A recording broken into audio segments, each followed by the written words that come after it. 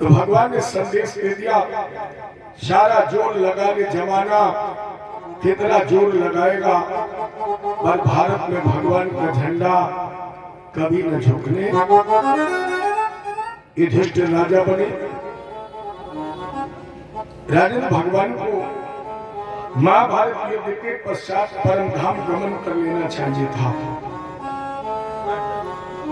क्योंकि उनके आने का जो उद्देश्य था वो पूरा हो गया।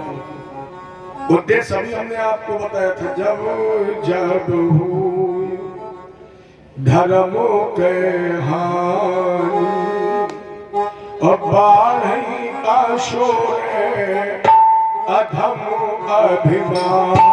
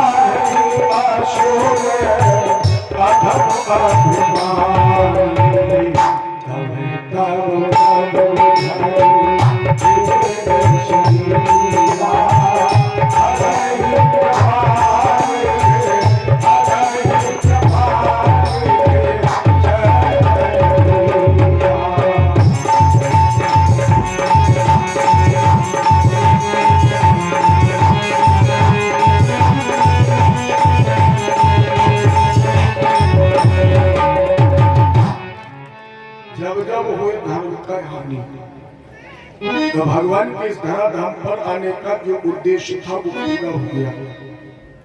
राजा परीक्षित ने कहा, फिर महाराज जी कन्हैया द्वारका में रुके क्यों हैं? महाभारत युद्ध के बाद अभी तक गए क्यों नहीं?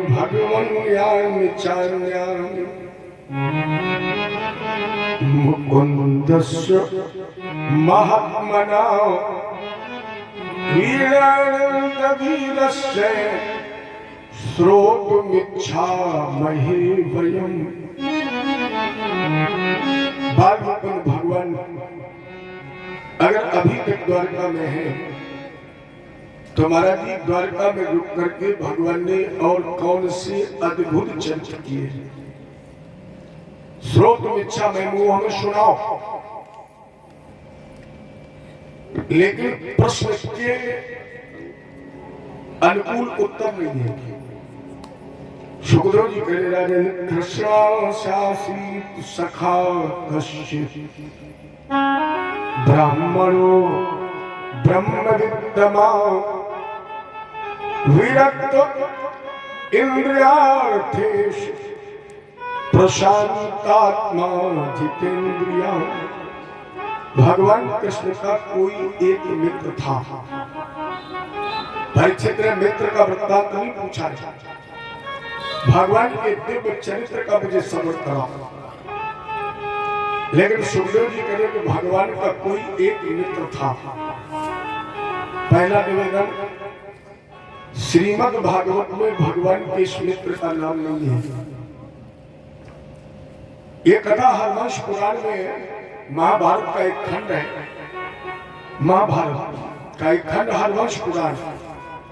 हरवंश पुराण में भी भगवान के इस मित्र का वृत्तांत है, लेकिन उसमें भी उनके माता पिता का कोई उल्लेख नहीं है। इस कथा को विस्तृत रूप से साहित्य दर्पण में भी प्रदर्शित किया गया है, लेकिन साहित्य दर्पण में भी भगवान के इस मित्र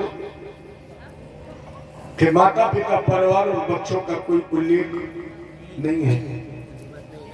जिस तरह श्रीमद् भागवत में राम कथा 2 अध्याय में आई है, उसी तरह श्रीमद् भागवत में भगवान के इस मित्र की कथा भी 2 ही अध्याय में आई है।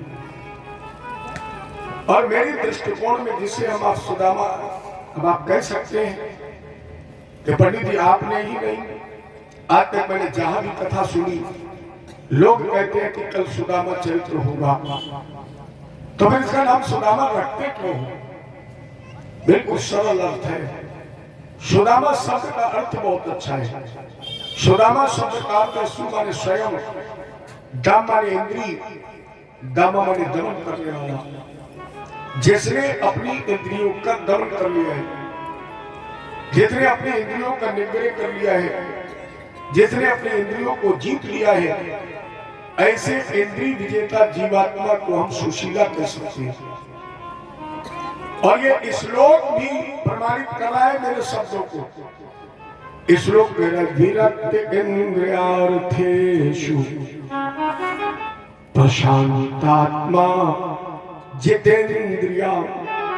भगवान कृष्ण का जो मित्र है वो जितेंद्रिय है, इसलिए इसका नाम सुदामा है। अथवा जब हम इस मित्र की कथा में नरोत्तम दास कवि के कवित्वों को समन्वित करते हैं, करुणता, भावुकता और सरसता प्रदर्शित करते हैं, तो आप लोगों ने पढ़ा होगा नरोत्तम दास जी ने भगवान के इस मित्र का नाम सुदामा रखा है।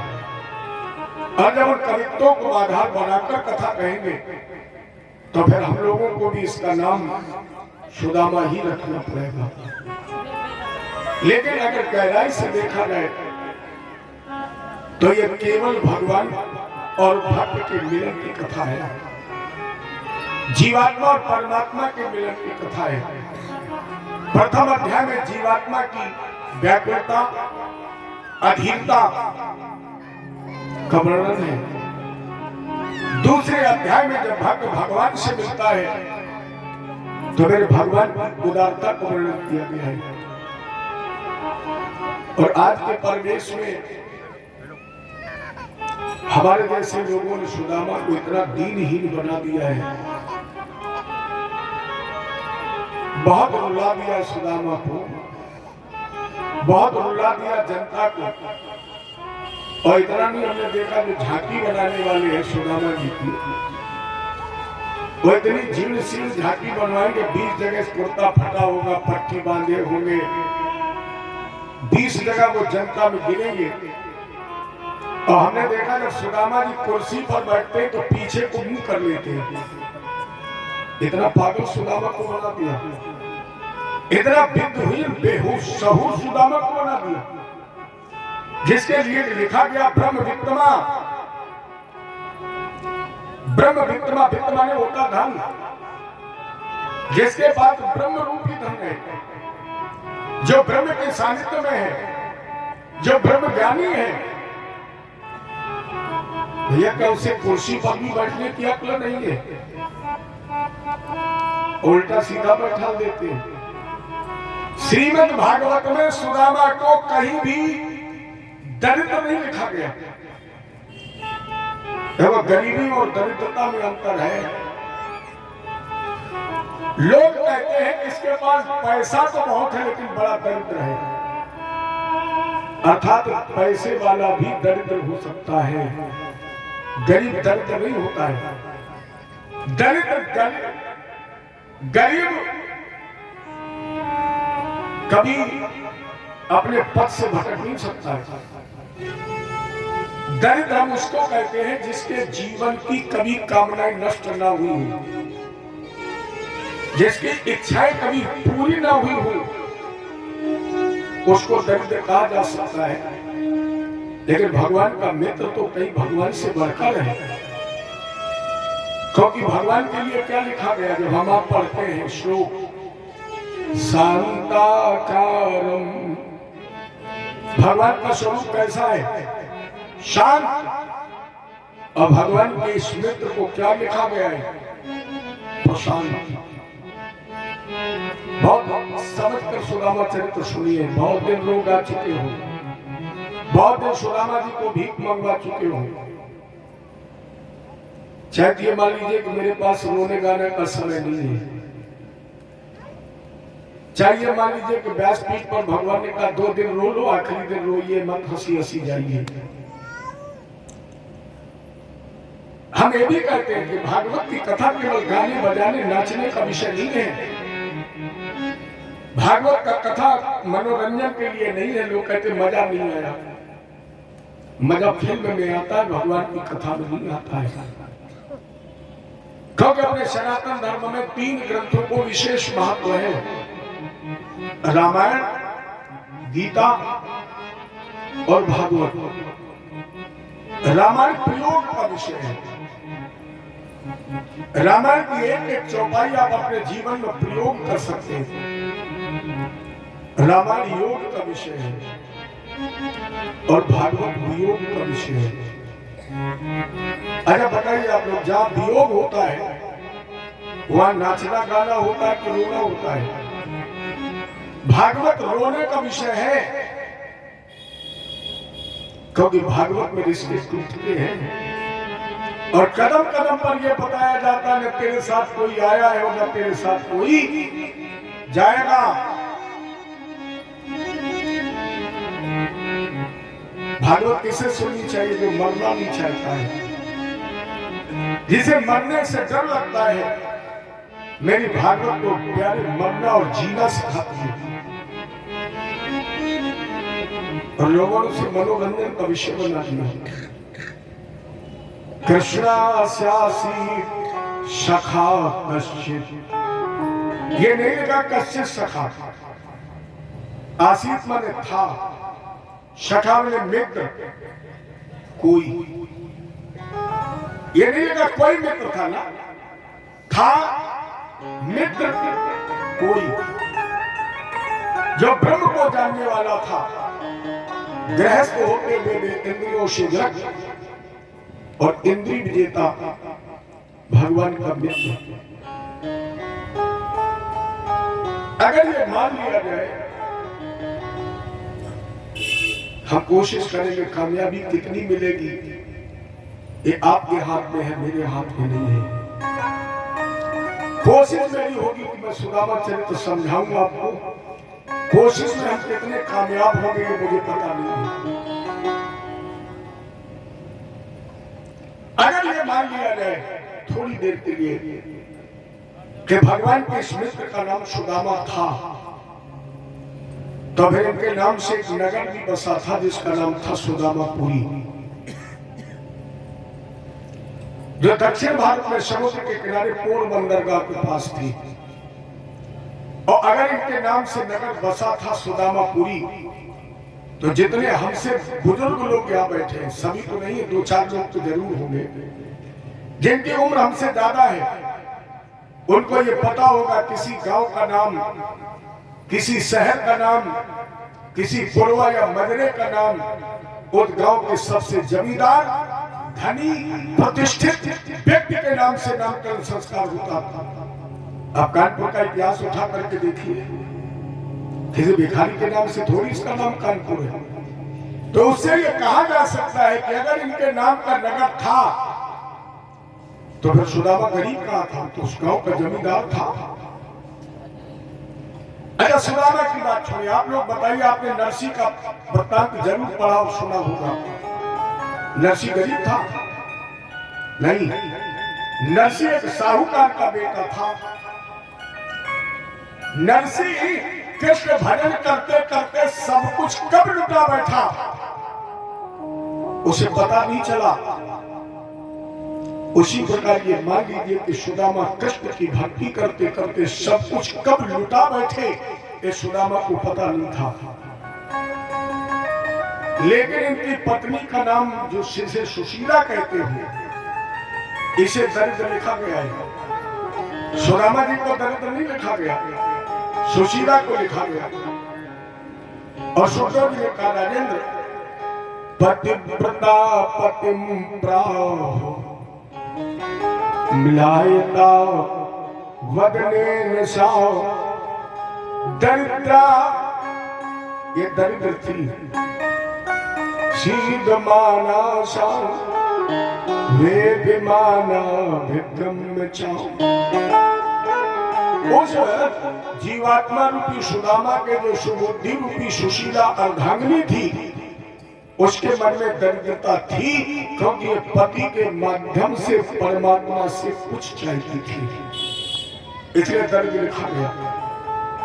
अर्थात आज भी जो व्यक्ति दूसरे से चाहत रखता है कामना रखता है, सब कुछ होते हुए भी समाज में वो दरिद्र ही माना जाता है।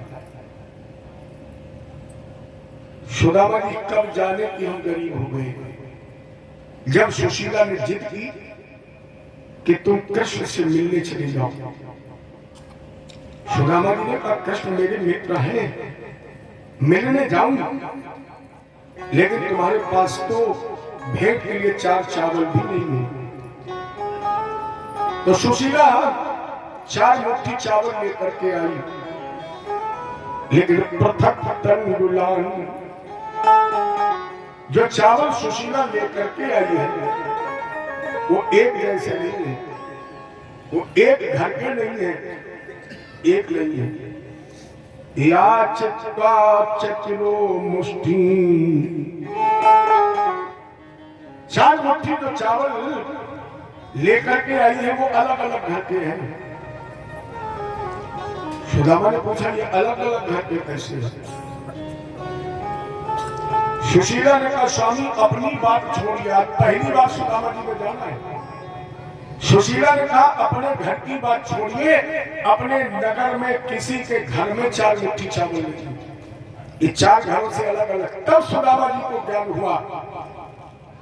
और मेरे दृष्टिकोण में गांव के मुखिया का एक दायित्व है कि जब अपने नगर, अपने गांव और क्षेत्र का विकास चाहता हो तो वो अपने से बड़े अधिकारी से मिले।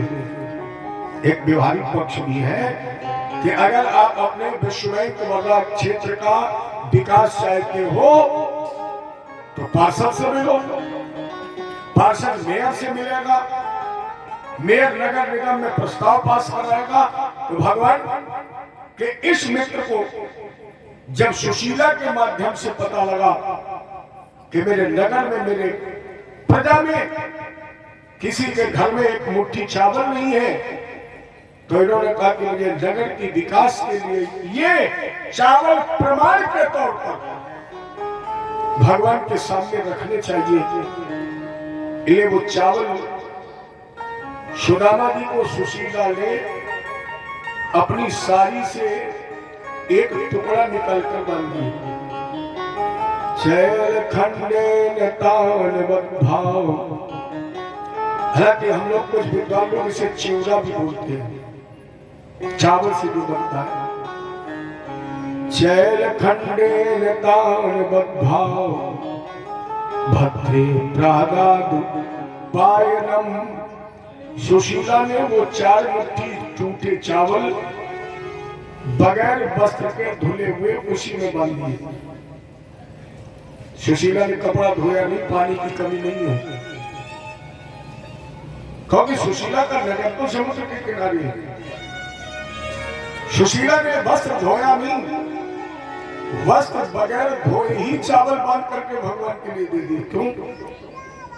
सुशीला ने मन में सोचा कि अगर मैंने वस्त्र धो करके भेज दिया तो कन्हैया ये सोच सकते हैं कि शायद देवी सुशीला के पास 2 वस्त्र हैं, एक धो करके भेज दिया, और अगर बगैर धुला वस्त्र भेजूंगी तो मेरे पति को याचना करनी नहीं पड़ेगी और भगवान जान जाएंगे कि सुशीला के पास शायद एक ही वस्त्र है। ये मेरे पति को याचना नहीं करनी पड़ेगी। माताओं, कोई भी पतिव्रता स्त्री नहीं चाहती है कि मेरे पति का हाथ किसी के सामने फैले। कोई स्त्री नहीं चाहती कि मेरे पति का सर किसी के सामने झुके। फिर सुशीला कैसे कर सकती? क्योंकि पहले आपका नाम था धर्म पत्नी। धर्म पत्नी का मतलब है जो अपने पति को धर्मोन्मुखी बना दे, जो अपने पति को धर्म से जोड़ दे। आप लोगों से प्रार्थना है 10 मिनट बैठ जाइए, बाद में चौकी कर लेना। जितनी जल्दी आपको है उससे ज्यादा कहीं जल्दी हमें है, क्योंकि कल इस समय हम फतेहपुर जिले में बोल रहे होंगे, तुम तो कल भंडारा छान रहे होंगे। अच्छा, जल्दी उनको पड़ती है जिन्हें रात भर यही रुकना है। बाहरी व्यक्ति कोई नहीं आएगा, सब रिश्तेदार बोले जल्दी चलाओ कहीं चाय में निकल जाए। जय जय श्री। आप सभी लोगों से निवेदन है 10 मिनट रुक जाइए, हम सब कुछ चढ़वा लेंगे। अगर आप चाहेंगे तो हम कॉलोनी भी पट्टा करवा लेंगे, बैंक की पासबुक भी ले लेंगे, लेकिन थोड़ी देर रुक जाइए। आप समझ लीजिए, आपके बहुत देर सुदामा चरित्र सुना है। पहले कहा जाता था धर्म पत्नी। धर्म पत्नी का मतलब है जो अपने पति को धर्म से जोड़ दे, धर्मोन्मुखी बना दे। इसके बाद थोड़ा नाम बदल गया, लोग कहने लगे पत्नी। पत्नी का मतलब है जो अपने पति को पतन से बचा ले। अब न धर्म पत्नी है न पत्नी है। अगर जोड़ा कहीं जा रहा हो और आप उससे पूछे कि आपके साथ कौन है, तो पुरुष तुरंत उत्तर देगा वाइफ। न धर्म पत्नी कहेगा न पत्नी कहेगा, अकल करके बोलेगा वाइफ। वाइफ का मतलब है wife is life for human life. शेष आप लोग समझ गए हो, राम जी भैया समझ गए, लेकिन ऐसा कहना नहीं, हमें कहे नहीं तो जय जय श्री। तो सुशीला ने एक वस्त्र प्रमाणित करने के लिए वस्त्र धोया नहीं और बगैर धुला वस्त्र ही अपने पति के माध्यम से परमात्मा को प्रेषित कर दिया। लेकिन अब ध्यान देने की बात है, चावल कितनी मुट्ठी है? 4 मुट्ठी है। 5 होने चाहिए, 5 नहीं थे तो एक निकाल लेती, 3 होने चाहिए, 4 क्यों भेज दिए? क्योंकि 4 तो अपने आगे शुभ माने जाते हैं। ये चावल नहीं है, चावल तो एक प्रतीक है। अरे चावल किस रंग का होता? श्वेत, सफेद। और सफेद रंग सत्कर्म का प्रतीक होता है। जो चावल शुद्ध होता है उसे हम आप कहते हैं अक्षत। सुशीला ने कहा कन्हैया ये अक्षत नहीं, ये छत है। अर्थात मेरे पति के सत्कर्म टूट चुके हैं और मेरा पति टूटे हुए सत्कर्मों के साथ आपके पास आ रहा है। 4 मुट्ठी चावल नहीं, 4 पदार्थ लेकर के आ रहा है। और वो 4 पदार्थ है धर्म, अर्थ, काम और मोक्ष। मेरा पति आपके सामने अपने टूटे हुए सत्कर्मों के साथ ठाकुर जी 4 पदार्थ लेकर के आ रहा है। आप मेरे पति के 4 पदार्थ स्वीकार कर लेना। अब सुदामा जी पोटली दबा क्यों रहे हैं? अरे सुदामा जी नहीं दबा रहे हैं, हम आप भी दबाते हैं। जितने सत्कर्म होंगे उतने प्रकट करेंगे और जितने अवगुण होंगे नहीं। तो इतने लोग बैठे मेरे समेत, जिस दिन से आपने होश संभाला है और जब तक श्वास निकल नहीं जाएगी, जितने आप अच्छे बुरे काम करेंगे वो सब याद होंगे। प्राइमरी में पढ़ने गए होंगे, वहां से लेकर श्वास निकलने तक जितने अच्छे और बुरे कर्म आपने किए होंगे वो सब याद होंगे। लेकिन इतने में कोई ऐसा है जो ये कह दे कि हमने 7 कक्षा 5 में किसी का बस्ता चुराया था? कोई कहेगा आपने कॉपी किताब चुराई? कोई नहीं कहेगा, लेकिन ये कह देगा कि हम गिरिराज जी की परिक्रमा 15 बार करके आए हैं। मतलब जो चुराया है वो छुपा रहे हैं। ये मानव का स्वाभाविक गुण है, जबकि हमें प्रकट करना चाहिए अपने अपराध और छुपाना चाहिए सत्कर्म। लेकिन हम सत्कर्म प्रकट करते हैं और दुष्कर्म छुपा लेते हैं। वही सुदामा जी कर रहे हैं। और रास्ता तय करके सुदामा जब अपने मित्र कृष्ण के सामने पहुंचे तो भगवान कृष्ण ने अपने मित्र सुदामा के पैर आंसुओं से धोए। जल से नहीं धोए, अपने मित्र सुदामा के पैर भगवान ने आंसुओं से धोए। कवि बाबा लिख रहे सने मुख होई जीव मोहि जबई जल में कोटि अघ नाशहि तब जब सुदामा रूपी जीवात्मा परमात्मा के सामने हो गया, एक जन्म नहीं करोड़ों जन्म के हक नष्ट हो गए, तो भगवान ने कहा निर्मल माने जाने सो मोहि पावा, मोहे कपाटे छले छिद्र न भावा। और जब निर्मल हो गए सुदामा, तो भगवान ने पैर धोने प्रारंभ किए। पहला भाव शायद भगवान कृष्ण ने रामावतार का कर्ज अदा किया है। रामायण में आप देखिए, भगवान राम के पैर सिमरी ने अपने आंसुओं से धोए।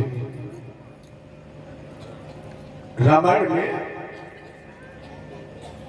रामायण और भागवत में समानता है, केवल नाम कथानक में विषमता है, सार दोनों का एक है।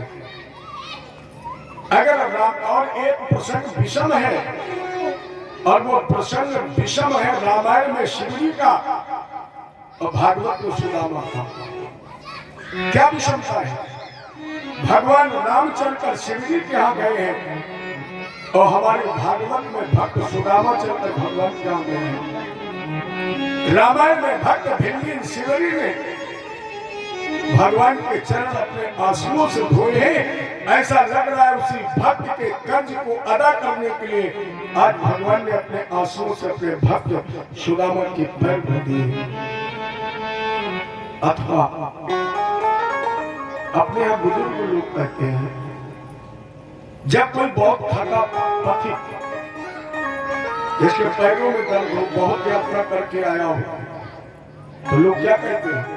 हल्का हल्का पानी गर्म करा लीजिए, थोड़ा नमक डाल दीजिए और हल्के हल्के गर्म पानी में नमक डालकर उस थके हुए पथिक के पैर धो दो तो दर्द समाप्त हो जाएगा। भगवान ने कहा मेरा मित्र सुदामा बहुत थका हुआ है, हम अगर गर्म करेंगे नमक डालकर तब तक मेरे मित्र सुदामा को पीड़ा होती रहेगी। इसलिए भगवान ने अपने आंसुओं से मित्र सुदामा के पैर धो दिए, क्योंकि आंसू गर्म भी होते हैं और इसमें नमक भी होता है। भगवान ने जल गरमाया नहीं, क्या मित्र के प्रति भगवान का कर्तव्य है। अथवा भगवान ने सोचा हम ब्रह्मांड के सबसे पवित्र जल से अपने मित्र के पैर धोएंगे, और मेरी समझ में आंसुओं से पवित्र और कोई जल, क्योंकि गंगा जी हमारे आपके लिए तो पवित्र है, लेकिन वो तो भगवान के पैर की धोवन है। और हमारे शास्त्र कहते हैं जिससे एक बार किसी के चरण धोए जा चुके हैं उसे दूसरे के चरण नहीं धोने चाहिए। ये भगवान ने गंगा जल से चरण नहीं धोए, अपने आंसुओं से चरण धोए। भगवान ने ऐसे पवित्र और कोई जल नहीं हो सकता है। अब जिसके भगवान चरण धो रहे हो, जो जिसके पास ब्रह्म रूपी धन हो, और लोग कहते हैं कि 30-30 दिन तक भूखे बने रहे, लोग कहते हैं सुदामा जी भीख मांगते रहे। अरे इस कलकाल में अगर बर्रा कॉलोनी में भी एक भिखारी किसी मोहल्ले में घुसता है तो घंटे 2 घंटे में 10, 20, 25 किलो 50 किलो आटा गेहूं चावल निकल के लेकर निकलता है। और सुदामा जैसा ब्रह्म को जानने वाला कृष्ण के युग को आपने इतना निकृष्ट बना दिया कि जहां पर कृष्ण भगवान स्वयं हो, लोग कहते भिखारी को भीख ही नहीं। ये कवियों की कल्पना है। भगवान ने अपने मित्र सुदामा के पैर धोए। अब ध्यान देना, पैर इनके धुला कौन रहा है? जो मैंने भाव दिया है आपको बिल्कुल स्पष्ट हो जाएगा। चरण कौन धुला रहा था? मित्र सुदामा। अरे दाहिन कमल करते लिए कनक झाड़ी हरिपामा। हरिपामा माने लक्ष्मी। लक्ष्मी जी के हाथ में कमंडल है, दाहिने में जल डाल रही। दाहिन कमल करते लिए कनक झाड़ी हरिपामा, और बाम कमल करते पखारती चरण सुदामा। दाहिने से लक्ष्मी जी जल डाल रही है और बाएं से अपने मित्र सुदामा के पैर धो रही है। जासु चरण रज धरत ध्यान मुनि जन्म गवाई और जाकी गति नहीं शिव बिरंच पन्नग पथ पाई। जय सुर सदा पुकारते जगदम्बा जगतारिणी और तुम्हें आज सुर देखते ब्राह्मण चरण पखार। जासु चरण धर ध्यान जन्म गवाई, जिसका पार शेष महेश गए दिने सुरेश नहीं पाई। वही लक्ष्मी दाहिने हाथ से जल और बाएं हाथ से ब्राह्मण के चरण धो रही है। राजन जरा यही से विचार कर लो, जिसके चरण स्वयं भगवान आंसुओं से और लक्ष्मी अपने हाथ से धो रही हूं, उसे किसी लक्ष्मी की चाहत है? यदि संसार के धन की चाहत है? चारों पदार्थ अभी भी सुदामा जी छुपा रहे हैं, क्योंकि मजिस्ट्रेट के सामने खड़े हो सारा मुकदमा खुल जाए, लेकिन चोर थोड़ी कहता है, तो कोशिश करता है। तो आज सुदामा फिर भी वो पोटली डाल रहे, भगवान ने वस्त्र पकड़कर खींचा, वो चावल के कल दिखा गए। भगवान ने एक एक चावल का कल बीना और एक आवाज लगाई, नन्वे दुबनी तम्मे परम प्रिय नम सखे। इस एक मुट्ठी चावल को चबाकर हम अपने मित्र को एक लोक का दान करते हैं। करुणा निधान रहुआ जगत के दाता है।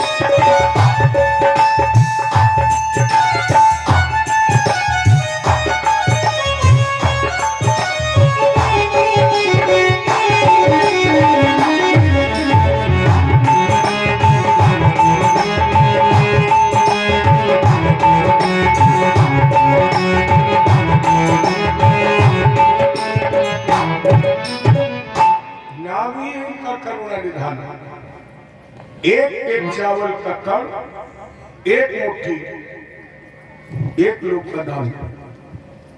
दूसरी मुट्ठी चावल तैयार की। हगा की कवियों की कल्पना में कहा गया, खाए मुट्ठी दुई दीन पियो तुमने दुलोक बिहारी। हाथ गयो प्रभु को कमला, ये कवि की कल्पना है। लेकिन हमारे भागवत जी कह रहे हैं भगवान ने दो मुट्ठी चावल नहीं चबाए, एक मुट्ठी चावल चबाया और जैसे दूसरी मुट्ठी चावल बीनी चबाना चाहते, एक मुष्टिम शकजध्वा द्वितीयाम जग्नु माधवी। एक मुष्टिम सकत, जैसे दूसरी मुट्ठी चावल भगवान ने तैयार किए। बहन जी बैठी रहिए थोड़ी देर, नहीं लौट के जाएंगे आपके चावल।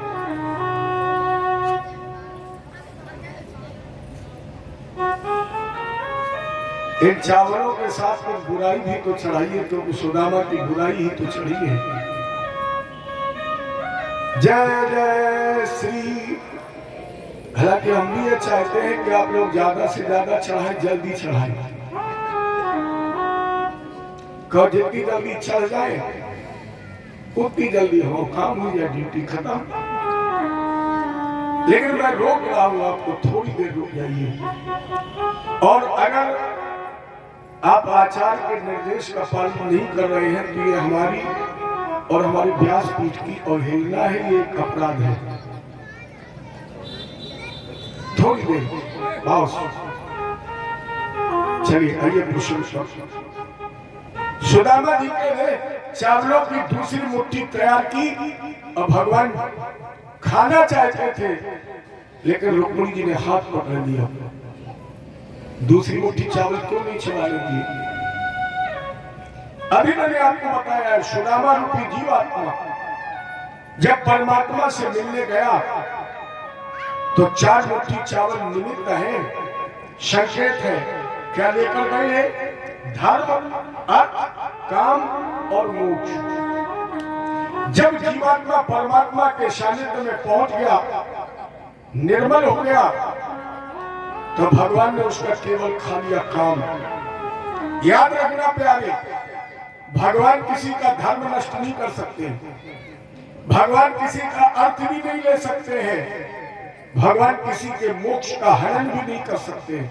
भगवान जब भक्त पर कृपा करता है तो अपने भक्त का केवल काम लेता है। मेरी बात मानिए, रामायण की मान लीजिए, जहाँ राम का काम नहीं, जहाँ राम होता है वहाँ काम रहता ही नहीं।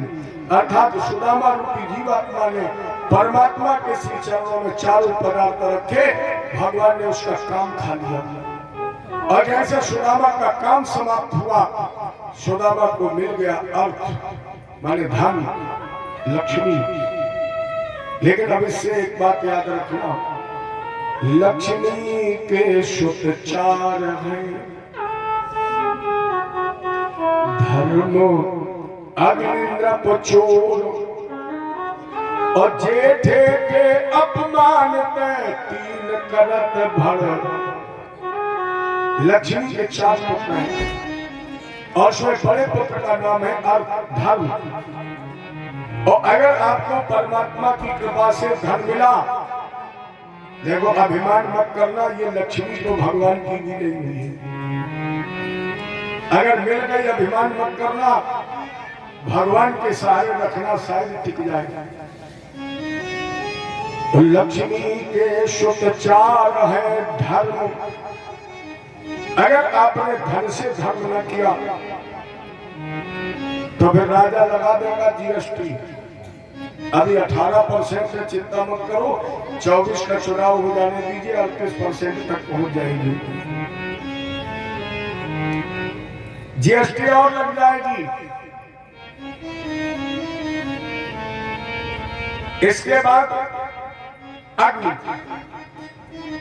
फिर अग्नि का प्रकोप होता है। और इसके बाद जो बचता है वो चोरा ही लेता है। ये सुदामा ने उस धन से किया धर्म,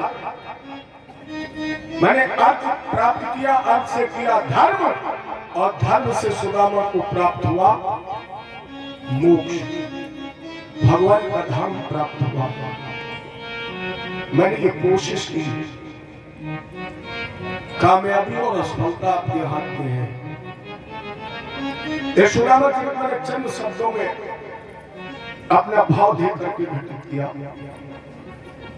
इसके पश्चात श्रीमद् भागवत में अन्य भक्तों के चरित्र के उल्लेख दिए गए, जैसे भस्मासुर का भी उल्लेख आया, जो पहले बृंदासुर था, शंकर जी ने वरदान दे दिया, जिसके सर पर हाथ रखोगे भस्म हो जाएगा।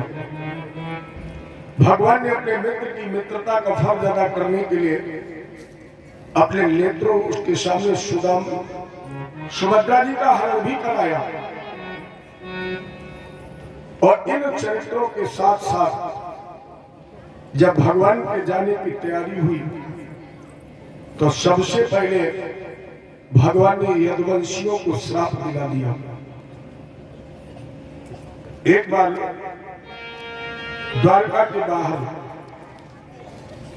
संत लोग पधारे, विश्वामित्र अशतः करो दुर्वासा भ्रम अंगिरा।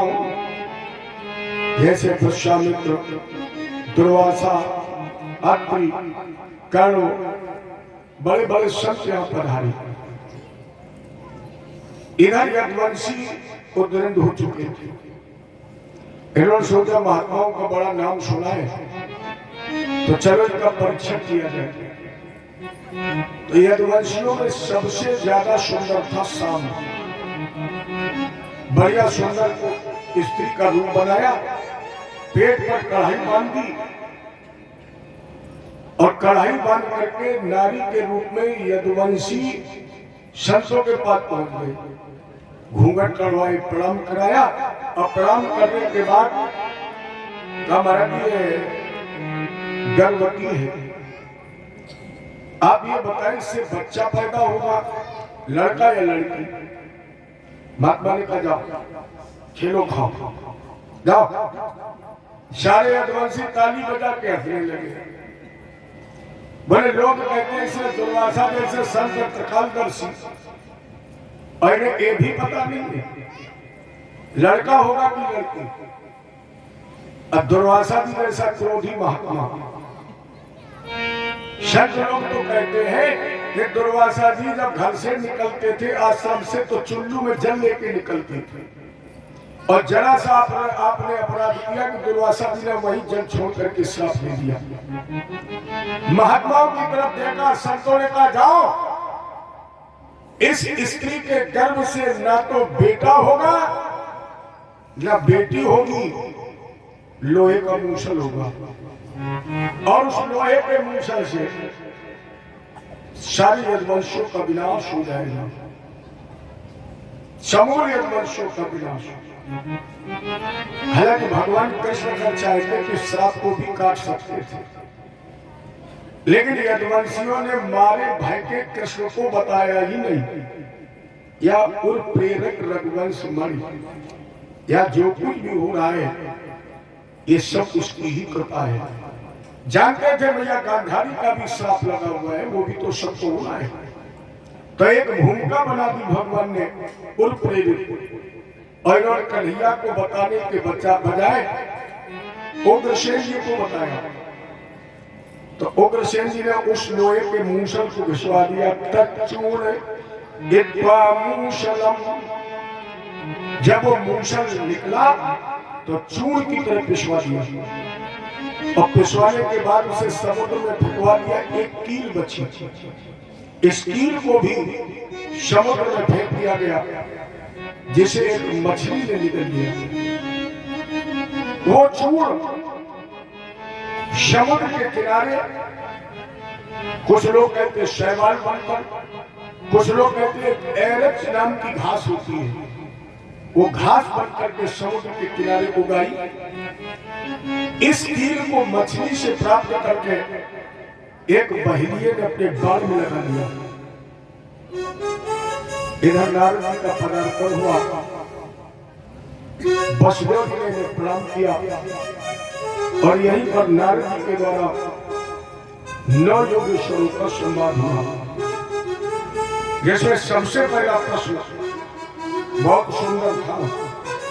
महाराज जी अब जानना चाहते हैं, ये मनुष्य जीवन बिल्कुल दुर्लभ है, और इस दुर्लभ शरीर में संत का दर्शन।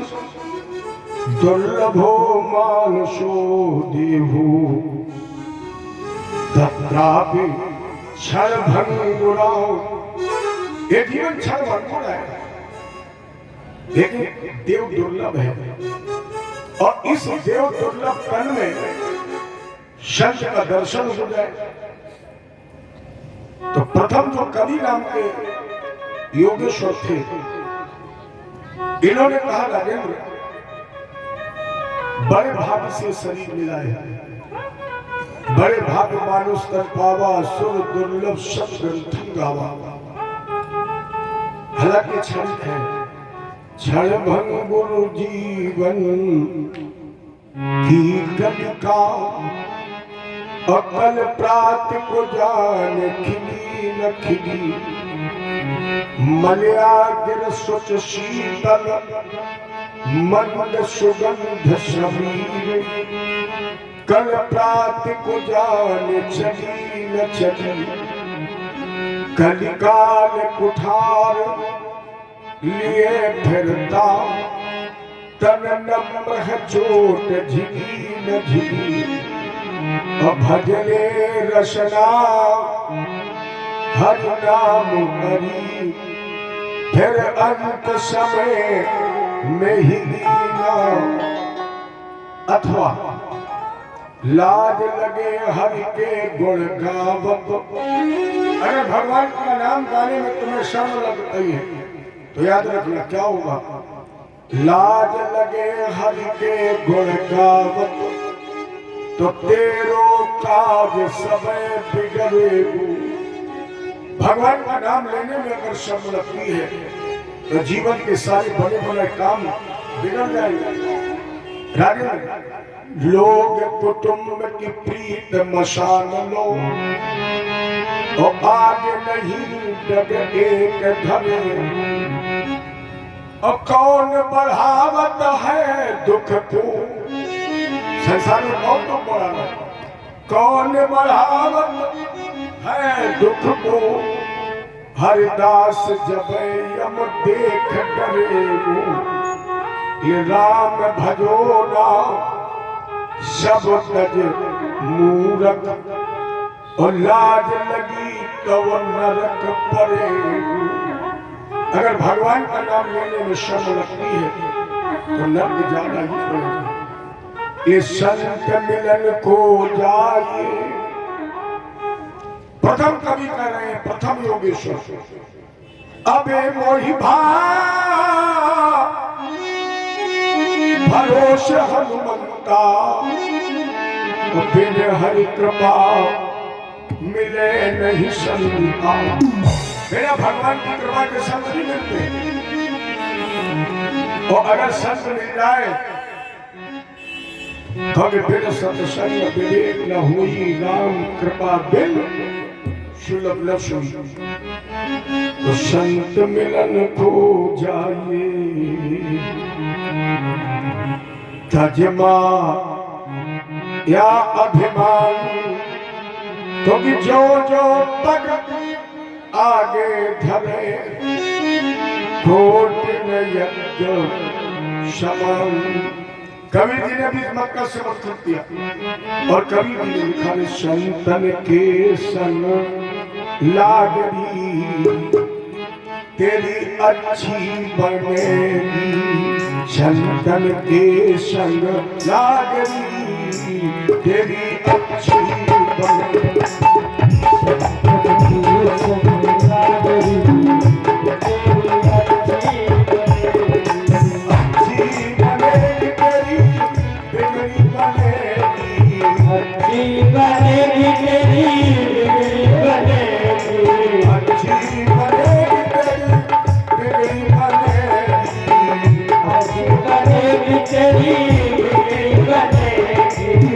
संतन के संग लागरी तेरी अच्छी बनेगी। संतन के संग लागरी तेरी अच्छी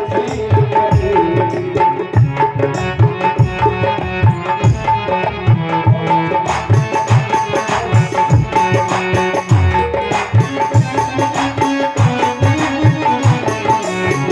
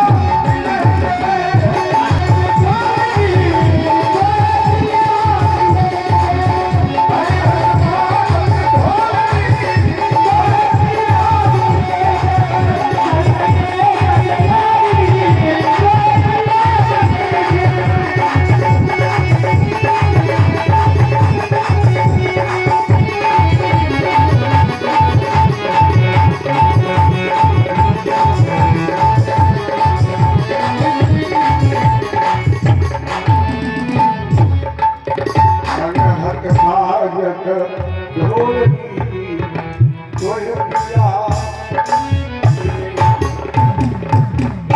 यह कहा जा सकता है साधु संगत में जब तक नहीं जाएगा भक्ति और ज्ञान तब तक नहीं पाएगा।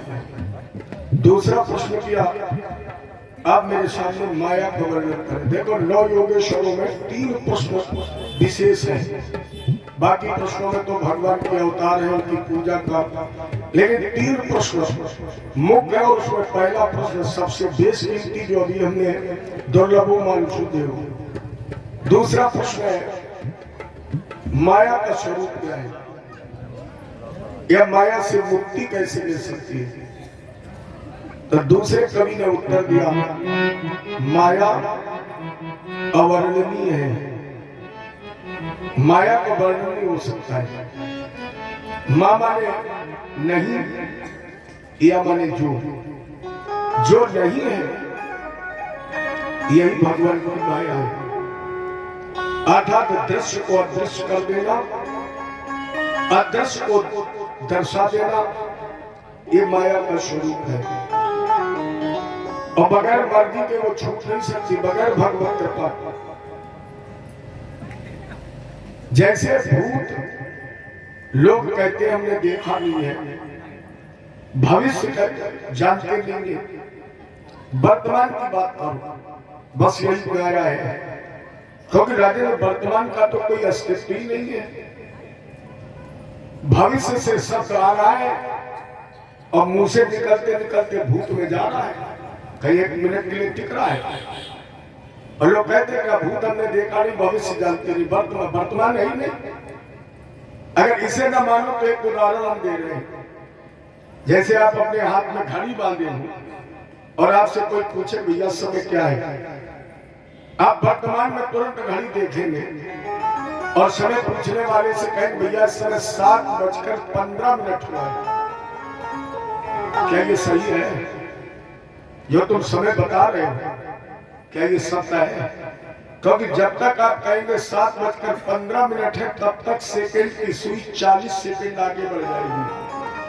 माने भविष्य से निकलते निकलते भूत में चली जाएगी और ये टिक टिक की आवाज करके कहती, अरे समय बताने वाले तुम झूठ न बोल रहे हो। क्योंकि 7:15 नहीं, 7:15 40 सेकंड हुए, क्या सुई रुक जाएगी? जितनी देर में तुम बताओगे इतनी देर में घड़ी की सुई और आगे बढ़ जाएगी। यही भगवान की माया है। ऐसे बार पाना खेल नहीं है। चलो एक दृष्टांत बता दूं एक मिनट का। नारद जी ने भी कहा प्रभु आपकी माया, अब उसका दर्शन करना चाहिए। भगवान बोले माया कुछ है नहीं, अब तुम्हें दर्शन की जरूरत क्या है? नारद जी बोले नहीं ठाकुर जी, घर घर में चर्चा है माया माया माया, माठ ठगनी हम जानी, निर्गुण फांसी लेकर जोड़े बोले मधुरी बानी, माया माँ ठगनी हम जानी। केशव के कमला हुई बैठी, शिव के भवन भवानी, पंडा के मूर्त हुई बैठी, पंडित के पंडितानी, माया माँ ठगनी हम जानी। किसी को छोड़े नहीं। भगवान बोले तो चलो समय फुर्सत आएगी तो हम दिखा देंगे। नारद जी भूल गए। भगवान नारद जी को लेकर 15 दिन के बाद समुद्र के किनारे पहुंचे।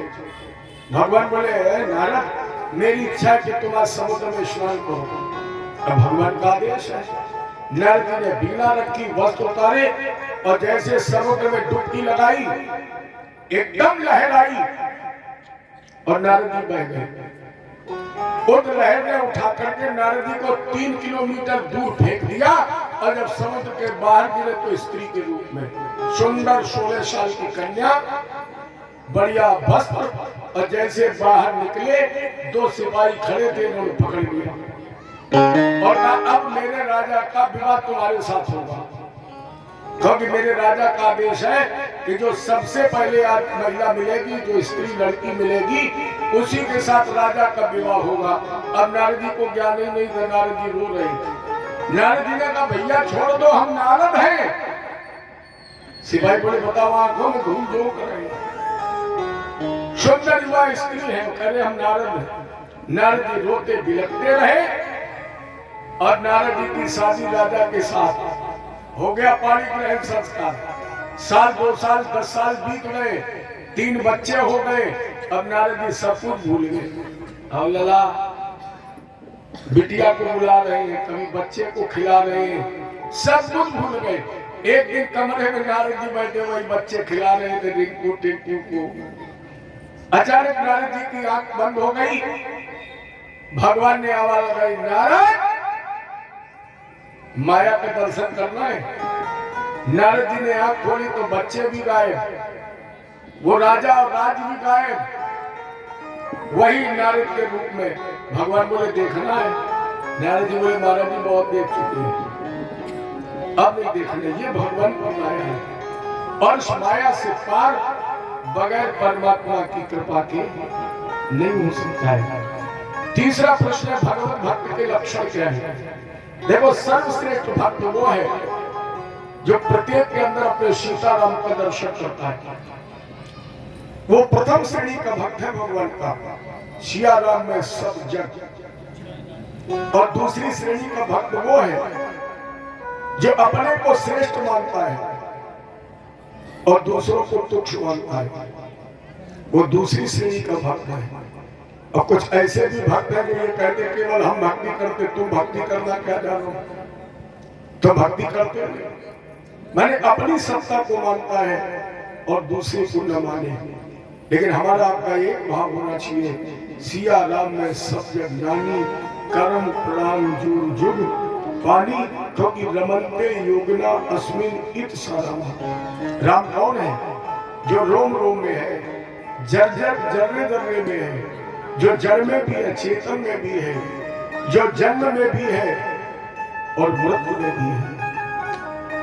इसके पश्चात उद्धव जी के विशेष आज्ञा पर भगवान ने ब्रह्मचर्य, वानप्रस्थ, संन्यास, गृहस्थ का वर्णन करते करते महाराजा यदु और दत्तात्रेय जी का संवाद सुनाया और कहा कि दत्तात्रेय जी ने अपने कल्याण के 24 गुरु किए थे। अब यह एक भ्रम पैदा होता है, लोग कहते हैं कि दत्तात्रेय जी ने 24 किए हैं तो 2-4 हम भी कर लें। लेकिन राजा ने दत्तात्रेय जी ने जो 24 गुरु किए हैं, ये शिक्षा गुरु है, इसमें दीक्षा गुरु नहीं है। दीक्षा गुरु केवल एक होता है और वो एक जो दीक्षा गुरु जो हमारे कान में मंत्र देता है वो अपवर्तनीय होता है। जिस गुरु ने आपको मंत्र कान में दे दिया है, जो दीक्षा गुरु है, वो अपवर्तनीय है, उसका परिवर्तन नहीं हो सकता है। ऐसे कुछ लोग कहते हैं हम ये गुरु ठीक नहीं, दूसरा कर लो, मत करिए, क्योंकि हर गुरु नंदक दादुर। अब आप लोग कहेंगे चूंकि आज गुरु मंत्र सड़कों पर दिखते हैं, लाउड स्पीकर से मंत्र दिए जाते हैं, क्योंकि अब तो लोग भीड़ इकट्ठा करते हैं। अरे लोग कहते भी हमने गुरु कर लिया। हमने कहा किसे किया? बोले हमारे गुरु जी के तो 450 आश्रम है। कोई कहता 250, हमारे गुरु जी तो एरोप्लेन पर चलते। तुम्हें क्या मिला? कुछ नहीं मिला। लेकिन हम आपसे निवेदन करते हैं कि अगर आपने ऐसा भी गुरु कर लिया है तो कभी आप उस गुरु की निंदा मत करें। अब आप कहेंगे पंडित जी हम तो भावावेश में आ गए, लोगों के कहने पर आ गए और हमें बाद में पता चला कि हमारा गुरु तो हमारे साथ धोखा कर रहा है, तो क्या उसे गुरु माने? हाँ, अगर गुरु आपके साथ आपको धोखा दे रहा है तो ऐसे गुरु को आप त्यागिए नहीं। ऐसे गुरु की भी आप निंदा मत करिए, निंदा करना तो दूर सुनिए भी नहीं। ऐसे गुरु से आप उचित दूरी बना लें, उचित दूरी बनाकर उस गुरु मंत्र का अनुष्ठान करते रहे। जब कभी आपको वो गुरु मिल जाए तो उसको हे दृष्टि से मत देखिए, बल्कि विचार करिए कि जब दैत्यराज बलि के साथ धोखा भगवान ने किया तो भगवान को पहरेदार बनना पड़ा और इंद्र प्रतिदिन भगवत दर्शन करने लगा। अगर मेरा गुरु मेरे साथ धोखा करेगा तो हो सकता है मेरे दरवाजे में 2 दिन पहरा लगाने आ जाए, लेकिन निंदा मत करना। अगर ये लग रहा है हर शिष्य धन, अगर ये लग रहा है कि मेरा गुरु केवल मेरे धन का हनन कर रहा है या चोरी कर रहा है, तो भी ऐसे गुरु की निंदा मत करना। बल्कि ऐसा गुरु जब तुम्हें मिल जाए उसका दर्शन करें, यथोचित सम्मान करें और मन में विचार बनाए कि भगवान कृष्ण ने गोपियों के यहाँ चोरी की, गोपियों का कल्याण हो गया। अगर गुरु मेरे घर में मेरे साथ चोरी करेगा तो मेरा भी कल्याण हो जाएगा। कभी निंदा मत करें, क्योंकि सबसे पवित्र संबंध गुरु और शिष्य का है। लेकिन दीक्षा गुरु, शिक्षा गुरु जन्म के साथ अंतिम समय तक हमें अलग अलग मिलते रहते हैं और इनसे में अलग अलग शिक्षाएं भी मिलती हैं। जैसे दत्तात्रेय जी ने कहा, मैंने सबसे पहले गुरु बनाया पृथ्वी को। क्या शिक्षा मिली? बोले पृथ्वी से शिक्षा मिली धैर्य और क्षमा की। कितना भी हम पृथ्वी पर अपराध करते हैं, कभी पृथ्वी क्रोध करती है, कभी श्राप देती है नहीं, बल्कि हम उसमें एक अन्न का दाना डालते हैं तो बदले में न जाने कितना हमें वो अन्न दान करती है। उसी तरह संत को हमेशा धैर्य और क्षमाशील रहना चाहिए। अगर किसी के द्वारा उस संत के प्रति अपराध भी कर दिया जाए तो जिस तरह पृथ्वी कभी क्रोध नहीं करती है, उसी तरह संत को भी कभी क्रोध नहीं करना चाहिए। इसके बाद मैंने वायु को, मैंने हवा को अपना गुरु बनाया। इससे क्या शिक्षा ली? महाराज जी मैंने शिक्षा ली साधक जिस तरह हवा अपवित्र पवित्र दोनों स्थानों पर पहुंचती है। अपवित्र पर पहुंचेगी तो थोड़ी देर दुर्गंधी रहेगी, फिर हवा शुद्ध हो जाएगी, और सुगंधी जगह पहुंचेगी तो थोड़ी देर सुगंधी रहेगी। हवा को न सुगंधी से मतलब रहता है और न दुर्गंधी से रहता है, सब कुछ त्याग देती है। उसी तरह संत को त्याग कर देना चाहिए, सब कुछ त्याग देना। जब तक तुम्हारे पास है तुम्हारा है, और तुमसे जब हट जाए तो केवल ठाकुर जी का है। मैंने ये शिक्षा प्राप्त की। इसके बाद मैंने अजगर को गुरु बनाया। अजगर से क्या शिक्षा ली? अजगर एक बार मुंह खोलकर बड़ी लंबी सांस लेता है और जो भोजन मुख में चला जाता है उसे ही अजगर उस दिन अपना भोजन मान लेता है। इसी प्रकार संत को एक बार प्रयत्न से जो प्राप्त हो जाए, साधक को जो भी मिल जाए उसे प्रारब्ध समझकर ग्रहण कर लेना चाहिए। ये मैंने अजगर से शिक्षा प्राप्त की। इसके बाद मैंने मधुमक्खी को गुरु बनाया। क्या शिक्षा ली? बोले जिस तरह मधुमक्खी जिस दिन छत्ता लगाती है, बड़ा परिश्रम करती है, न जाने कहां से शहद लेकर आती है, लेकिन जब वो शहद मधुमक्खी को मिलता है, जैसे छत्ता लगा लोगों की दृष्टि पड़ गई, उसी दिन से इंतजार करने लगते हैं कि कब खाली रात आए और अब एक छत्ता तोड़ करके इसका शहद ले जाए। उसी तरह संत को कभी संग्रह नहीं करना चाहिए। अगर संत ने मधुमक्खी की तरह संग्रह करना प्रारंभ कर दिया तो याद रखना फिर शिष्यों का मन भजन में नहीं लगेगा। शिष्य तो इस चक्कर में रहेंगे कि महात्मा जी के पास 10-20 आश्रम हो गए, करोड़ 2 करोड़ हो गए, कब इनका राम नाम सत्य हो, हम आश्रम पर कब्जा करें, हम धन पर कब्जा करें। ये सत्य को कभी संग्रह नहीं करना चाहिए।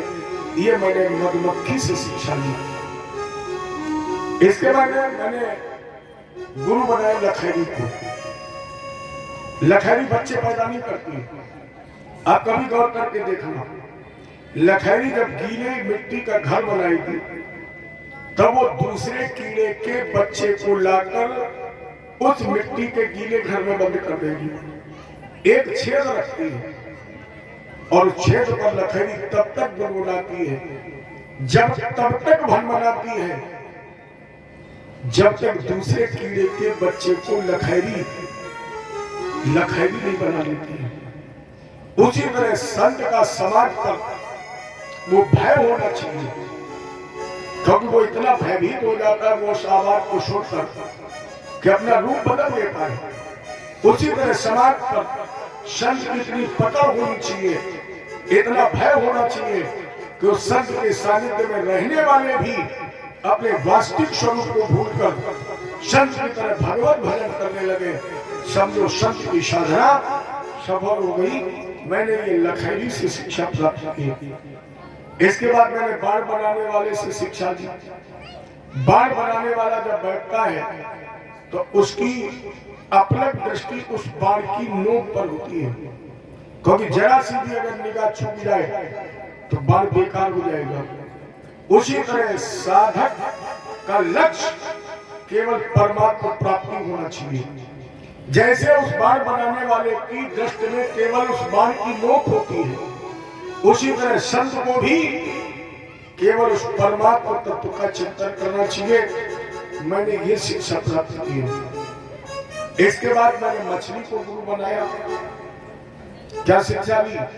बोले संत को ज्यादा स्वाद के चक्कर में नहीं पड़ना चाहिए। अब जितने बाबा यहाँ बैठे हैं वो भी मछली को गुरु बना ले, वो ज्यादा स्वाद के चक्कर में न पड़े।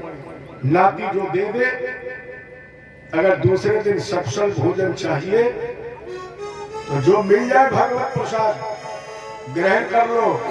नमक कम हो तो चिल्लाइए नहीं, बहू को डांटिए नहीं, क्या नमक कम डाला? तो बहू फिर कहती है फिर बैठे रहो बाहर। ग्रामीण मालिक है, इनके स्वाद में फंसिए, क्योंकि मछली अगर स्वाद में न फंसी हुई तो किसी का भोजन बनती नहीं बनती। मैंने हिरण से भी शिक्षा ली। हिरण अगर बीला की तान में मंत्र मुग्ध न होता तो बहिलिये के द्वारा शिकार न होता। ये संत को कभी कानों का भी आशिक नहीं होना चाहिए। और इन सभी गुरुओं से शिक्षा मैंने प्राप्त करके एक सबसे बड़ा गुरु बनाया, जिसका नाम था पिंगला वेश्या। इससे क्या शिक्षा ली? दत्तात्रेय जी ने कहा मेरे जीवन की सबसे बड़ी गुरु तो यही है, क्योंकि पिंगला वेश्या ये अपने शरीर को बेचने का काम करती थी। धन बेच करके जो धनोपार्जन करती थी उसी से अपना उदर भरण पोषण करती थी। इसके दरवाजे पर एक नगाड़ा रखा था, उस पर एक डंडा रखा था।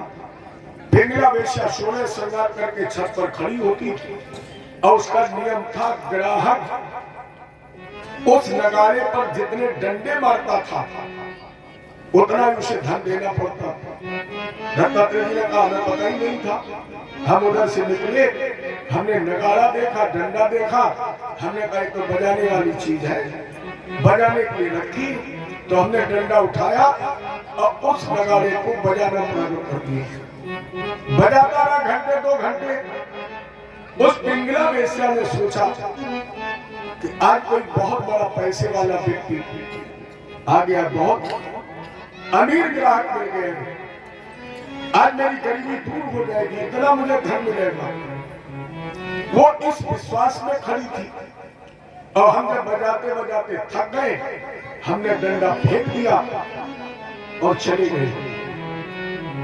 उस पिंगला वेश्या को पूरी रात ग्राहक की इंतजारी करनी पड़ी, लेकिन जैसे ब्रह्म मुहूर्त हुआ, लालना हुई सूर की, हताशा में परिणित हो गई वो उम्मीद, और पिंगला वेश्या को ज्ञान हो गया कि जो मैंने प्रतीक्षा ग्राहक की की है, अगर ये प्रतीक्षा मैंने भगवान की होती तो मेरा कल्याण हो जाता। जिस दल को मैंने सजाया है एक ग्राहक को रिझाने के लिए, अगर ये श्रृंगार मैंने अपने कन्हैया को रिझाने के लिए किया होता तो शायद मुझे कन्हैया मिल गया होता। तो मैंने उसे मां मान लिया और ये संदेश ले लिया कि संत को अगर प्रतीक्षा करनी है तो केवल गोविंद की करे, और संत को अगर श्रृंगार करना है तो केवल भगवान की करे। जितना भी शरीर और समरे वो केवल ठाकुर जी के लिए ये मैंने गुरु किए हैं। और इन गुरुओं के बाद, इन 24 गुरुओं के बाद मैंने 2 गुरु बिल्कुल अलग से किए हैं। और उनमें एक गुरु है हमारे हाथ की नाड़ी और दूसरा गुरु है ये शरीर। क्या मिला शिक्षा इससे? इतनी हमने आपकी कथा सुनी। इन 2 गुरुओं को मैंने 24 के बाद बताया है। ये हमारे 26, 25 ये 2 गुरु हैं, नारी और शरीर। अगर आपसे पूछा जाए कि आपने कथा सुनी, इससे क्या शिक्षा मिली, कितने लोग उत्तर दे सकते हैं? जरा हाथ उठा के बताएं। बिल्कुल सरल उत्तर है। ये नारी हमें शिक्षा दे रही है कि जब वक्त पड़ेगा तो हम तुम्हारा साथ नहीं देंगी, तो क्या घर की नारी साथ देगी? ये नारी भी तो, अच्छा आपने देखा है जब घर परिवार का कोई व्यक्ति अस्पताल में भर्ती हो और आप डॉक्टर से पूछे, डॉक्टर साहब क्या हुआ, तो डॉक्टर साहब सर झुका के कहते हैं, भैया नारी छूट गई। ये तो कहता है नारी छूट गई। तो जब वक्त पर हाथ की नारी छूट गई, तो जिन नारियों पर हम अभिमान किए बैठे हैं, ये साथ देंगी? थोड़ी देर बाद डॉक्टर फिर अंदर गया, हिलाया डुलाया, ठोका पीटा, निकल कर आया। आपने पूछा डॉक्टर साहब अब क्या हुआ? डॉक्टर साहब ने कहा, बेटा शरीर भी छूट गया। यही शिक्षा मिलती है कि वक्त पर नारी ही नहीं छूटेगी। इस जिस शरीर पर हमें नाज है, इस शरीर भी हमारा साथ नहीं देगा, ये भी छूट जाएगा। ये शिक्षा मिली। इसके पश्चात सुखदेव जी ने राजन परीक्षित के सामने कलयुग को वर्णन किया है।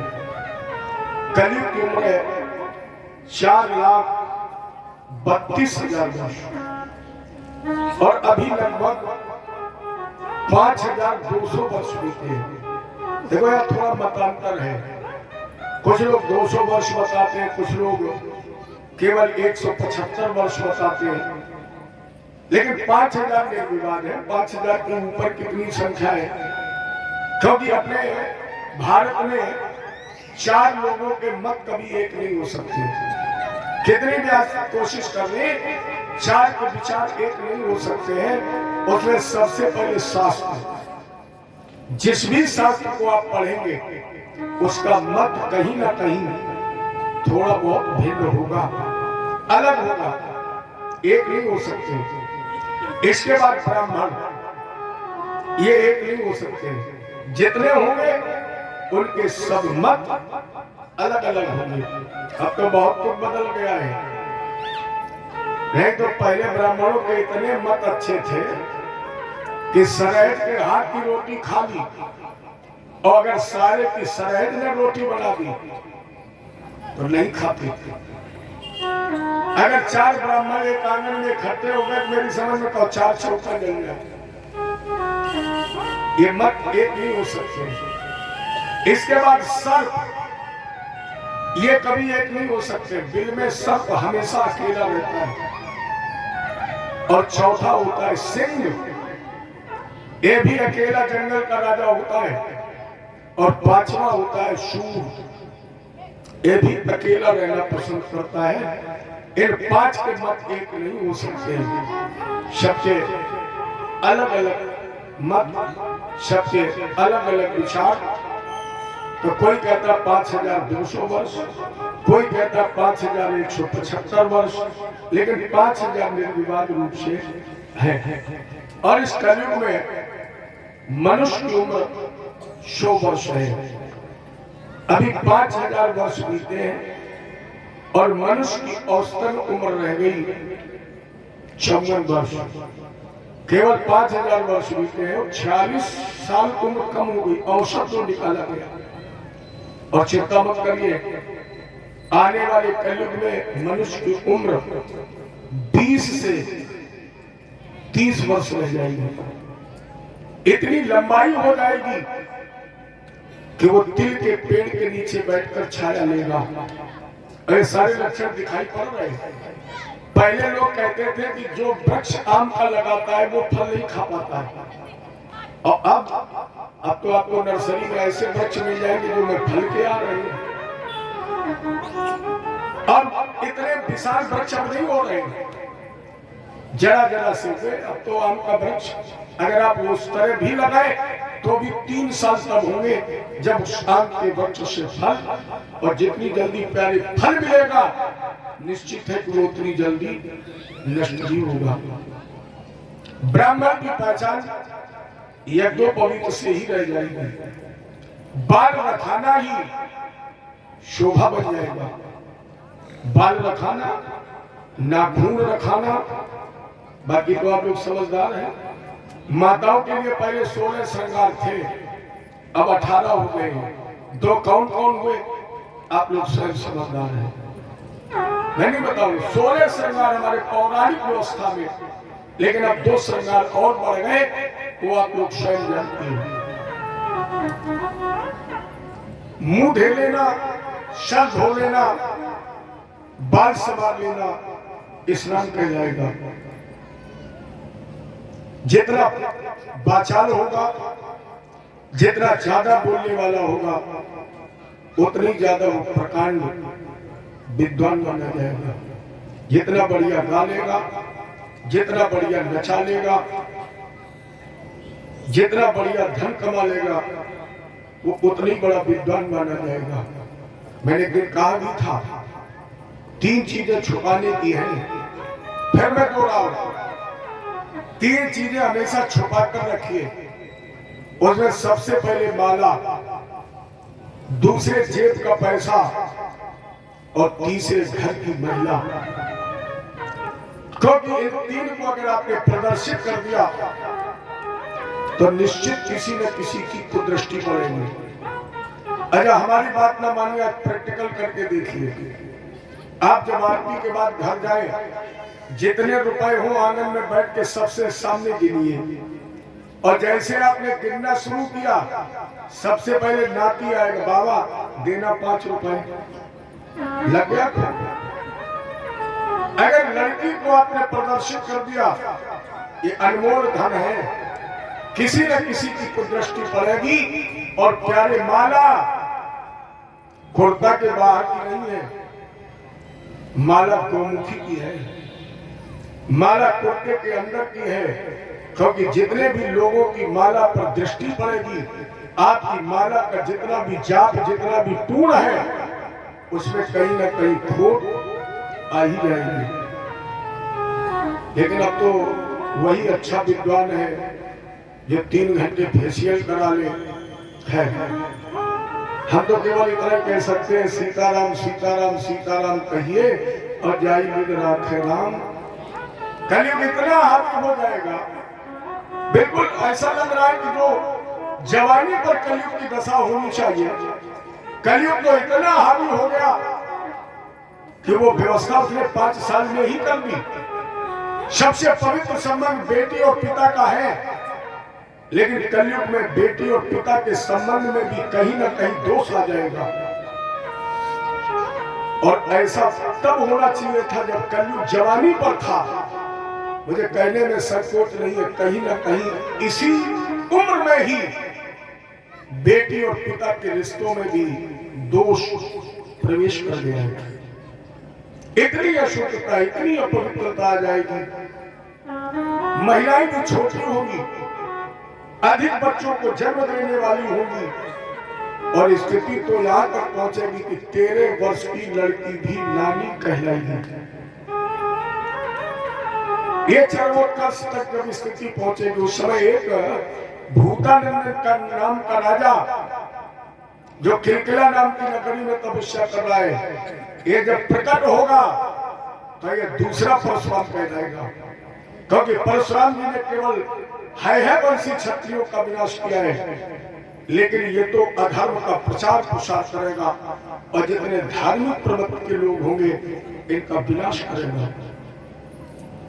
जब चरमोत्कर्ष पर पाप पहुंच जाएगा, तब विष्णुस्व नामना कलिकृत जगतपति महान, तब कलयुग में भगवान अपने भक्तों की सुरक्षा के लिए कल्कि के रूप में मुरादाबाद के पास संभलपुर ग्राम में कल्क के रूप में अवतार धारण करेंगे, जिनके पास देवदत्त नाम का घोड़ा होगा, हाथ में तलवार होगी और घोड़े पर बैठ करके भगवान सारे अधर्मी अन्यायी पापियों का संहार करेंगे।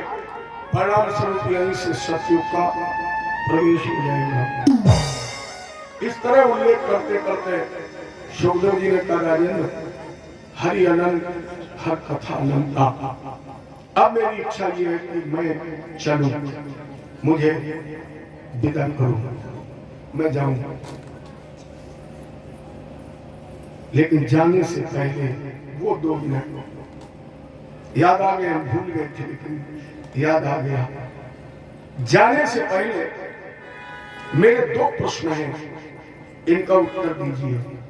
बोलो राजेंद्र, क्या तुम मरोगे? मेरा पहला प्रश्न है कि क्या तुम मरोगे? मेरा दूसरा प्रश्न है कि तुम कौन हो? जितना शब्द बैठा था वो सब भयभीत हो गया। सोचा एक अपराध किया परीक्षित ने, उसकी तो सजा भोगी रहे। और सुखदेव जी ने प्रश्न किया और अगर राजा परीक्षित ने सटीक उत्तर न दे पाया तो कहीं सुखदेव जी फिर श्राप न दे दे। लेकिन परीक्षित को भय नहीं लगा। ये कथा सुनकर भगवान, इसलिए भय नहीं लगा। आसन पर खड़े हुए कहा, गुरु जी पूछिए क्या पूछना है? सुखदेव जी ने कहा, ये बताओ तुम मरोगे? उत्तर दो, तुम कौन हो? परीक्षित ने कहा, गुरु जी हम परीक्षित हैं। और जैसे परीक्षित ने कहा मैं परीक्षित हूं, सुखदेव जी ने कहा बैठ जाओ। राजेंद्र, एक हम तुम्हें कथा बता रहे हैं, इस कथा में ही रहस्य छुपा है। एक राजा था, शिकार खेलने गया, बहुत साथी थे उसके साथ। रात हो गई, अचानक तूफान आ गया और उस तूफान के कारण राजा के जितने भी साथी थे सब भटक गए, सब पता नहीं कहां खो गए। राजा अकेला रह गया। इधर उधर तूफान छट गया, कोई मदद वाला नहीं था, कोई संगी और साथी नहीं था। धीरे धीरे घोड़ा भी मर गया, अभी अकेला रह गया, भूखा प्यासा छटपटा रहा। और थोड़ा आगे बढ़ा तो एक दीपक टिमटिमाता दिखाई पड़ा और दीपक के सहारे जब वो राजा उस स्थान पर पहुंचा तो देखा दरवाजे पर एक संत बैठा है। एक कुटिया है जिस कुटिया के दरवाजे पर ताला लगा है। राजा ने प्रणाम किया, संत भगवान हम बहुत थक गए हैं, मेरे सभी साथी मुझसे विमुख हो गए, सब बिछड़ गए, मुझे कोई सहारा देने वाला नहीं है। अब आप डूबते के सहारे हैं, प्यास भी मुझे लगी है, आप इस कुटिया को खोल दीजिए, मैं अंदर विश्राम कर लूं। महात्मा जी ने कहा नहीं, कुटिया नहीं खोल सकता। क्यों? बोले आज तक जितने भी राजा आए वो तुम्हारी ही स्थिति में आए, उन्होंने अनुनय विनय की, मैंने दया करके उस राजा को इस कुटिया में विश्राम दे दिया। लेकिन सुबह जब मैंने कहा कि बाहर निकलो तो उस राजा ने कहा ये कुटिया मेरी है। मैंने बहुत कोशिश की, बहुत मनाया, लेकिन वो राजा कुटिया खाली करने के लिए तैयार नहीं हुआ। अब मैं धोखा नहीं खाऊंगा, ये कुटिया मेरी, मत मैं अंदर नहीं जाने दूंगा। राजा बहुत रोया, बहुत लिखा और कहा गुरु जी हम संकल्प लेते हैं, आपको कहना नहीं पड़ेगा और सूर्योदय के साथ हम कुटिया अपनी खाली कर देंगे। जब प्रतिज्ञा की, प्रण किया तो महात्मा जी ने चाबी दे दी। राजा ने उस कुटिया का ताला खोला, अंदर से कमरा बंद कर लिया, लेकिन पलटकर जैसे वो कमरे के अंदर गया तो वहां केवल हड्डियां थी, वह रक्त था, वह मूत्र था, वह विष्ठा थी, वह मज्जा थी। लेकिन बेचारा थका प्यासा भूखा था, सहारा कोई दूसरा नहीं था। इसलिए मल मूत्र रक्त और हड्डियों के बीच में पूरी रात वो बना रहा। सुबह महात्मा जी ने जैसे सूर्य निकला, महात्मा जी ने कहा कुंडी खटखटाई और कहा राजेंद्र सुबह हो गई, दरवाजा खोल करके बाहर आओ, ये आश्रम मेरा है। लेकिन उस राजा ने अंदर से आवाज लगाई, गुरुजी ये आश्रम मेरा है, ये कुटिया मेरी है, ये कमरा मेरा है। राजा परीक्षित ने कहा महाराज जी वो कौन राजा पागल है जो कमरे में मल मूत्र विष्ठा और हड्डियों के उसे अपना बता रहा है। सुखदेव जी ने कहा वो मूर्ख केवल तू है, कोई दूसरा नहीं राजेंद्र तुम हो, क्योंकि ईमानदारी से बताइए इस कमरे में क्या भरा है? ये जो शरीर आप लिए बैठे हैं इसमें क्या भरा है? रक्त मूत्र विष्ठा खून हड्डियां, और उस कमरे को भी तुम अपना बता रहे हो, बेईमानी कर रहे हो। परीक्षित ने कहा गुरुजी अपराध हो गया मुझसे, अच्छा अब बताओ तुम कौन हो? परीक्षित ने कहा अहम ब्रह्मास्मि, मैं कुछ भी नहीं हूं, मैं केवल परमात्मा का अंश हूं। सुखदेव जी ने कहा बस राजन अब मुझे विश्वास हो गया कि जो मैंने तुम्हें ज्ञान दिया उस ज्ञान की तुम्हें जागृति हो गई। अब केवल ये बताओ तुम मरोगे? परीक्षित ने कहा गुरु जी मेरा जन्म ही नहीं हुआ, और जब मेरा जन्म नहीं हुआ तो मैं मरूंगा भी नहीं।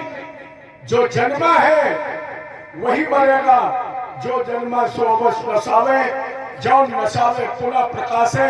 आकर 4,84,000 जात जीव जल थल नभवासी, भ्रमत जीव सब योनि माही, दुख बहुभाति बरन नहीं जाही। जन्मा है ये शरीर, गुरु जी मरेगा भी ये शरीर। नैनम छिन्न शस्त्राणी नैनम दात पावत, न चैनम के दंतापो न शोषक मारता। आत्मा न जन्म लेती है और न कभी मरती है। ये मरेगा भी ये शरीर और जन्मेगा भी ये शरीर। अरे हरि की कथा सुनाने वाले गुरुजी, अरे हरि की कथा सुनाने वाले तुमको लाखों प्रणाम, तुमको लाखों प्रणाम।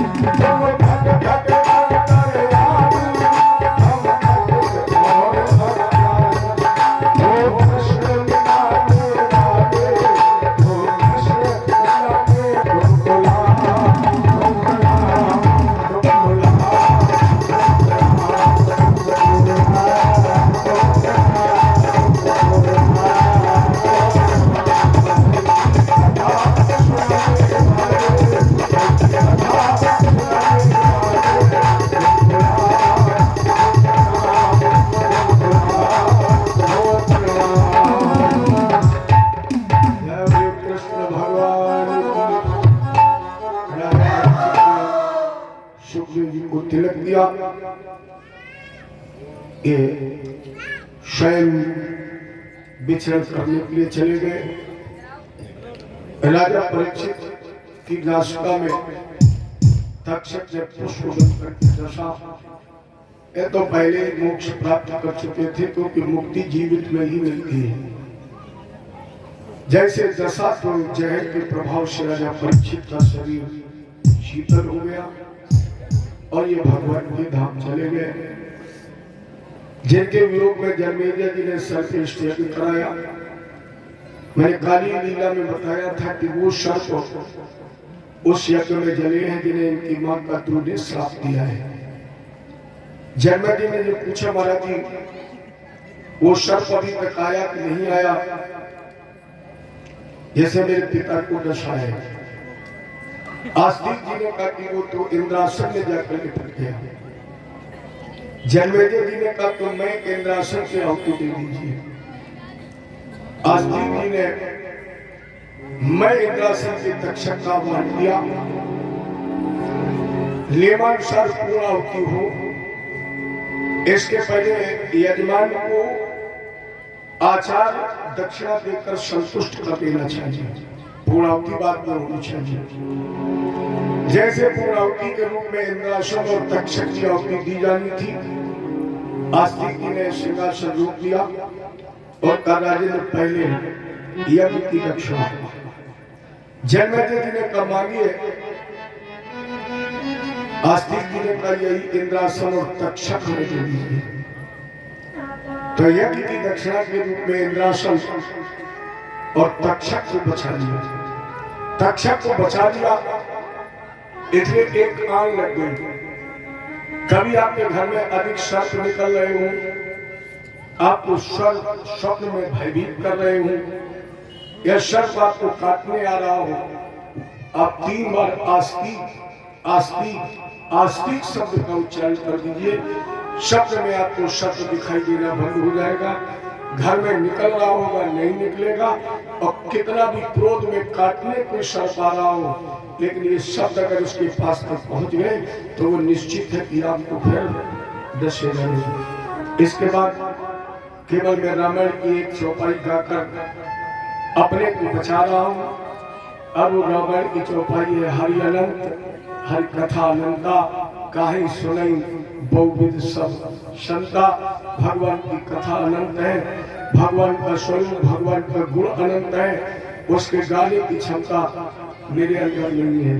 जो समय देश काल परिस्थिति के अनुसार इस कथा का आयोजन हुआ, जो मेरे माता पिता ने, जो मेरे गुरु ने, या आप जैसे सत्पुरुषों के द्वारा मुझे मिला, जो ज्ञान दिया आप लोगों ने, मैंने कोशिश की कि उस ज्ञान का बंटवारा मैं आपके बीच में करूं, आपका दिया हुआ आपको समर्पित करूं।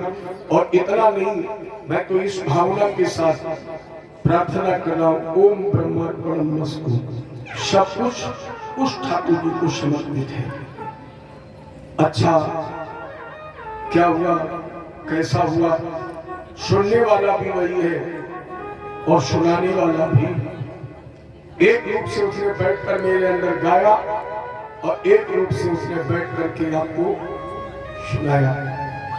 ओम पूर्णमदा पूर्णमिदं पूर्णात् पूर्णमुदच्यते पूर्णस्य पूर्णमादाय पूर्णमेवावशिष्यते।